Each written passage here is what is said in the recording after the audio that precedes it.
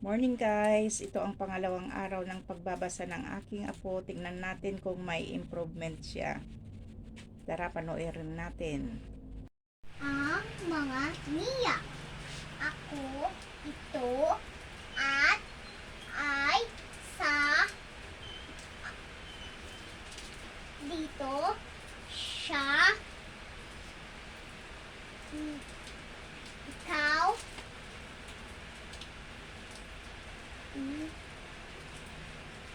iyo, atin, namin, tayo, iba, araw, bakit, dami, kami, takip, Asan yung takip? takbo, takip, ilaw, araw, init, buwan,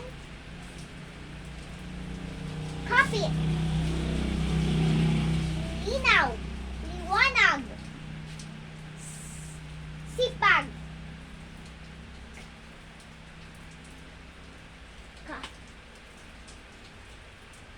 kurap, umaga, kapatid, bakit, di, di,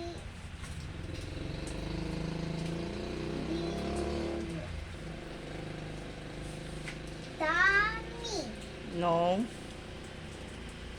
Tama yung sinabi mo na kanina, di. di,